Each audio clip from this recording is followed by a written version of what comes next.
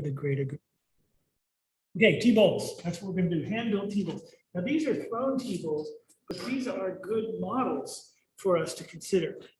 This is the style of T-bowl we're going to make here, kind of this idea. And this is not too far off, but we probably won't go for this kind of angled up funnel kind of shape. But this one is very close. I'll show you an example we can pass around. This T-bowl is a great example of what we're going to make, and also some of the organic kind of how we want it to feel in our hand. This is perhaps as large as you ever want to get. This is a pretty big T-bowl.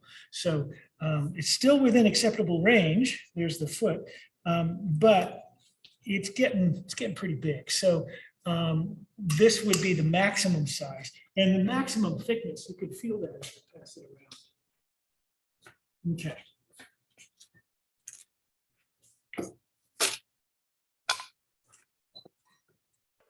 So we're going to start with what in Native American pottery they call a pokey, just a little dish. And these are bisque dishes that we have here. We have, looks like we have 7 of them, which is great. And so you can use these, and I've asked Jason to make about 30 more of them. So we have them on hand. They say Salem Community College. And they are ideal for this particular maneuver. Now, if you don't have one of these around, one of these little pokies, what you can do is make one. You could just make a little dish shape out of clay and let it dry. Once it's hard leather hard, you can use it. If you're careful, you won't break it. That's fine. You can just use it. If you make one and you like it, you can bring it in a biscuit, and then you can always have it. But even as a hard leather hard piece, or even bone dry, you can still use it. You just have to be careful not to break it. Once it's bisqued, it's very hard to break. I think I don't need that much. We'll take this out aside. So right now I'm starting with a ball, and this is for the bottom. And the bottom of your piece needs to be thick, much thicker than it's going to eventually be. We make a thick bottom on the piece because after it's leather hard, we're going to trim it. We're actually going to trim it like you would any other T-bowl, thrown T-bowl or otherwise. We want to, because the look of clay that is subtracted is different than clay that is added, that is coiled on or slabbed on. The look of clay is quite different. So we do want to set up a situation where we can trim it. So we want a thick foot that will take away from. So in here, inside this is the thickness of the bottom of this bowl right here, and it's also the thickness for this foot is right in here. So you're thinking about that. So you're going to add much more clay than you need. And when I'm doing this, I know I don't have to tell you how to make a patty cake, but there is something I'm doing, which is when I turn my hand, it's 90 degrees. 90 degrees. So what's happening is that disc of clay is turning around and around. And so it's getting larger, and it's also staying pretty even. That's looking pretty good, a little more. Don't want it to be too thick, too thin, yeah, either one. So then we just push that in. We want to get that nice curve, both inside and out.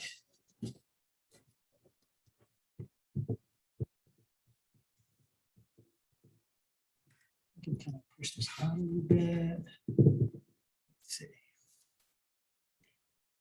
So what we have now, I'm going to just score this. This is where the sides of the bowl are going on. And this is one method. You could now, from here, I could take this and just coil build the sides, right? Just do a coil built bowl. And I could coil it pretty thin, just the thinness I want for the T-bowl. And then once that's done, I could,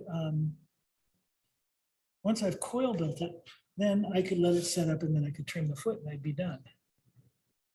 I actually know an artist in Japan who makes these little dish-shaped bottoms like this. And then he just throws walls on the wheel and cuts them off and sets them on sets one after another. And so he makes the T-bowls that way. Why? Because it adds a certain kind of movement and asymmetry that he really likes. So it's just, he makes T-bowls in 1,000 different ways, but that's one way that he makes them. Very creative guy on the wheel. So there's our bottom. Now we need to make the walls of the T-bowl. And so for that, you know, if we look at the size of this and we take, where's that bowl that we passed around? Is it over here? So we can kind of use this as a guide. We don't want it, that's about right. We don't really want it any taller than that. It starts to get too deep for this style of T-bowl. So what I'm going to do is I'm just going to stretch this out.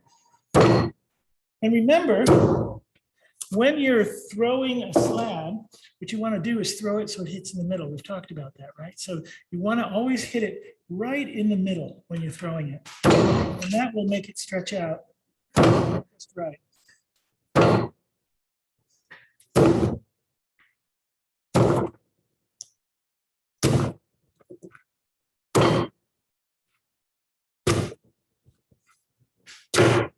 So how much do I need is a question. I don't want it to be too thick, so I have a clear idea about that.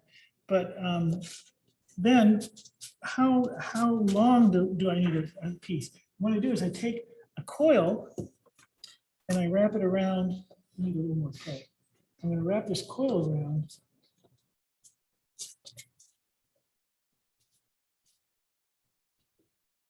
here.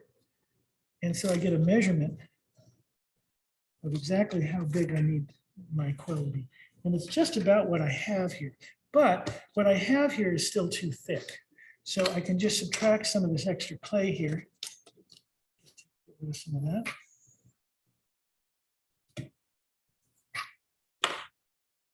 That's really way too thick. So we're just going to keep stretching it.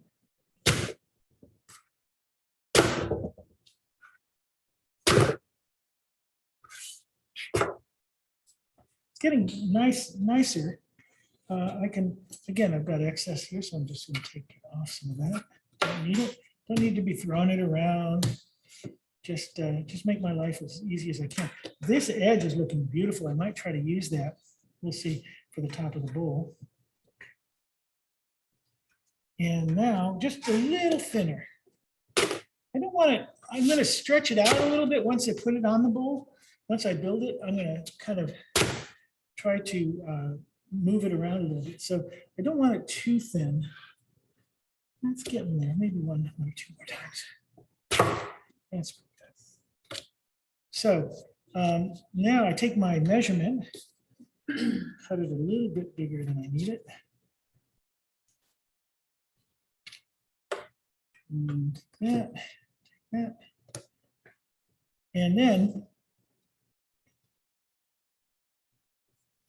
I'm going to score this. And so I've scored that. I'm going to put some slip on it. Now the other place I have to score is where it's going to attach to the bowl. So that's going to be here. So I'm just going to score that a little bit. And remember to get a scoring tool, at least a fork. You don't want to waste your time with a needle tool. You want at least a fork to score 4 times faster. But these onion slicers tools here are fantastic. You can use a hair pick, but the points on them are not usually as useful as these onion slicers. So now I'm going to take now, remember, this is just a cardboard tube.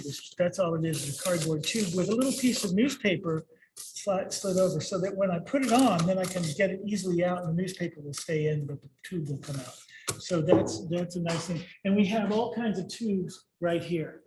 And the size tube I took, I took this bowl and said, okay, I want it small, a little smaller than this, and I'm going to stretch it out. So it has to be no bigger than that, right? And so this is going to produce something about that size even before I start stretching it. So what I'm going to do now is take this and roll it over and look, well, okay, that's actually longer than I need. So I'm just gonna tear that off.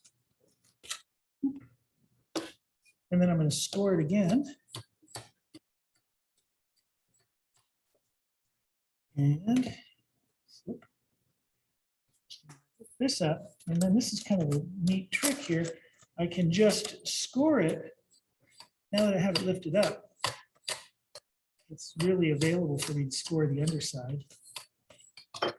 And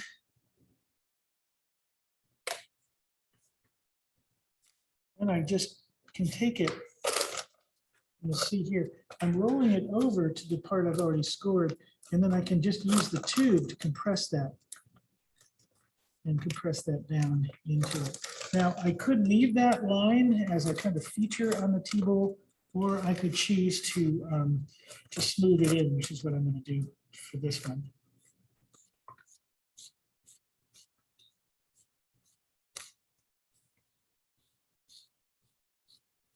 I'll just kind of smooth that out. And then we take our prepared little mold, our little pokey, and we set this in place, just about where we want it. And then I can get a little bit quiet, just sit down, and actually, this might work nicely. I don't know, let's see. Here. And oh, the camera work on this thing is fabulous. Okay, so I'm just going to go around and I'm just going to make sure I get a good join, right? If we're going to use this for a teabowl, there's going to be liquid in here. We pretty much want it to work, and we don't want to lose our tea at the bottom. So we'll just go around and make sure we have a nice join all the way around. So I'm just pushing into the side of this big fat foot that I've made, and I'm just making sure it just gets right pushed up into that slab there, right? So now you're looking at this thing and going, but Mark, that is just a really awkward looking. It's cylindrical. It doesn't have any life to it, which is fairly accurate. And that's, you know, that's not a great looking teabowl at this point. But if you watch anybody throw these on the wheel, it's exactly the same. It starts out super symmetrical and kind of somewhat stiff, and then something happens and things come alive. So that's what you're going to do with this. So what I'm doing now is I'm just taking my needle tool and I'm just cutting out excess from the foot. Okay, so now we're getting some nice movement there. We got some nice things happening, and I'm going to go back around now and just work this excess clay all the way around right into the wall. So it looks like it's always been, that wall has always sprung right off the bottom. No change.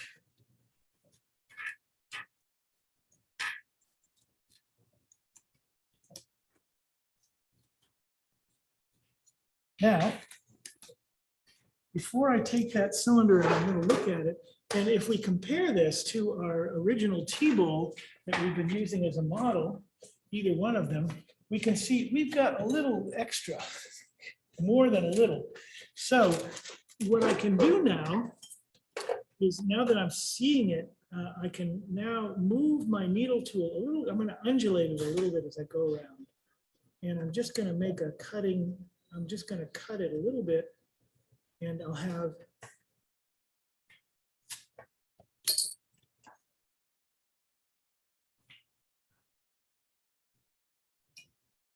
that's looking about, that's some good proportion there. I like the way that's looking. It's a little tall, but you'll see I'm going to work with that too. So now I take get my cylinder out of here. Here it comes.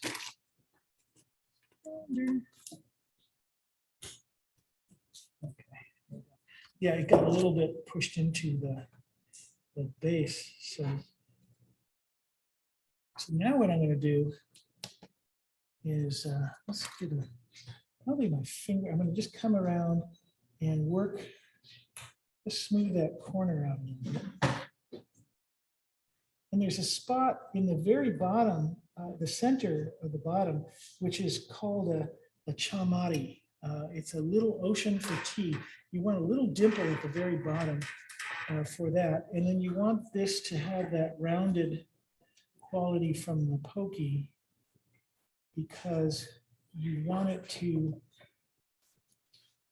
you want the inside to have a slight gentle curve up to the walls because that's the shape of the chasan, the bamboo tool that's used to mix the tea powder. So I'm just going around and just giving it a little bit of a curve upward.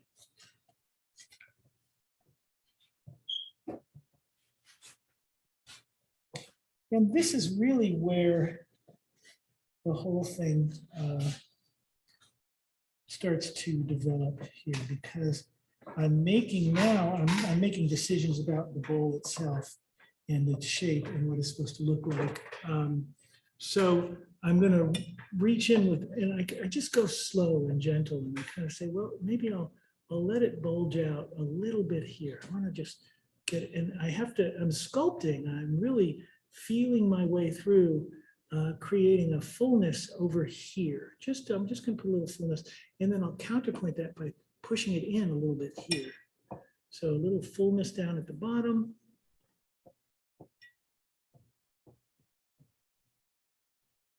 And you see, as I do this, it's going to shrink a little, it's going to go down a little bit. So I said earlier, don't worry about it being a little taller because it's going to, and then I'm going to think about, well, when I hold it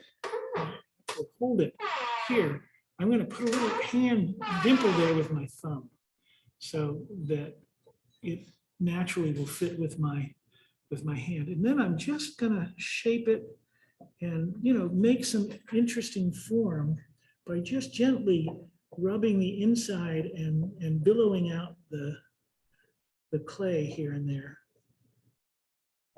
And I have to, I can stop and kind of give it a spin and look at it. You can see it's starting to get a lot of character. It's starting to get a lot of movement. And whereas before, remember when I got it off the cylinder, it was like, oh, very stiff. But now it's starting to have some flow to it and some movement. And this kind of idea in tea aesthetics is the idea that it's mimicking forms in nature. Maybe it's mimicking a tree trunk.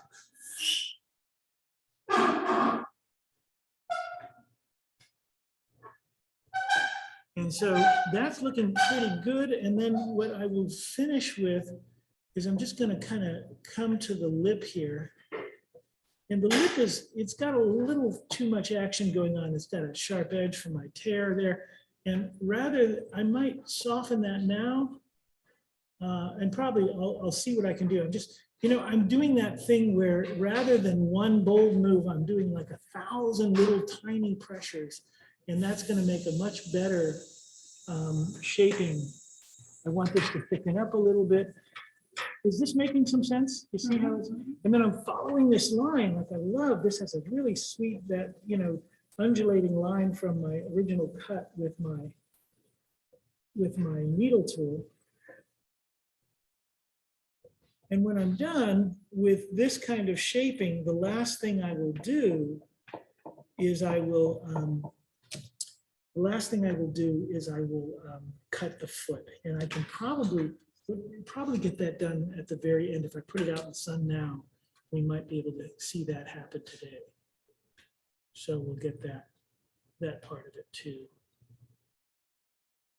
And the aesthetics of tea, they really want everything, everything is kind of mimicking in some way or another. It's mimicking nature and natural forces, natural elements, natural ideas. So the idea of a tree trunk, or the idea in the case of this lip of sort of an undulating landscape of rolling hills. The body of this thing does feel a little bit like maybe a tree trunk. which we get to see lots of with all our wood splitting. Okay, so that, I'm really liking the way that's looking. You notice there's not a lot of extreme action here. It's pretty subtle, the undulations. And when I'm doing a push out, it's not like I'm not pushing like making a little bulb or a ball. I'm making a kind of a flowing, bulging, kind of moving, kind of, maybe more like waves than bumps, something like that. So that's all it needs until I do the cutting of the foot. Any questions, comments, thoughts?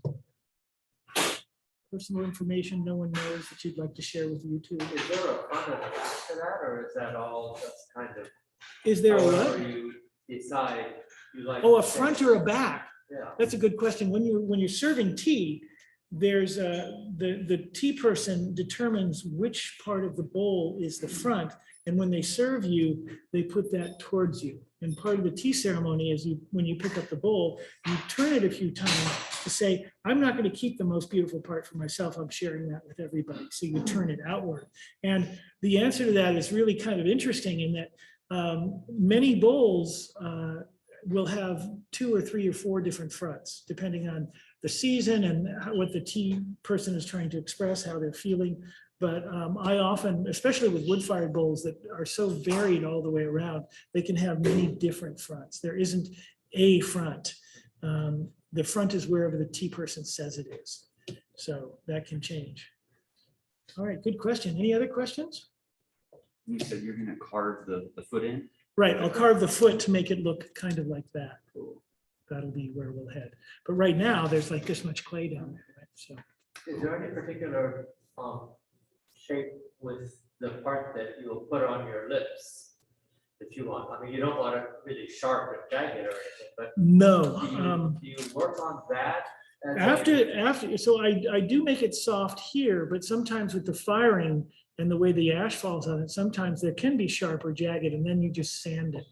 But also, sometimes when you get a really dry ash, it's kind of interesting.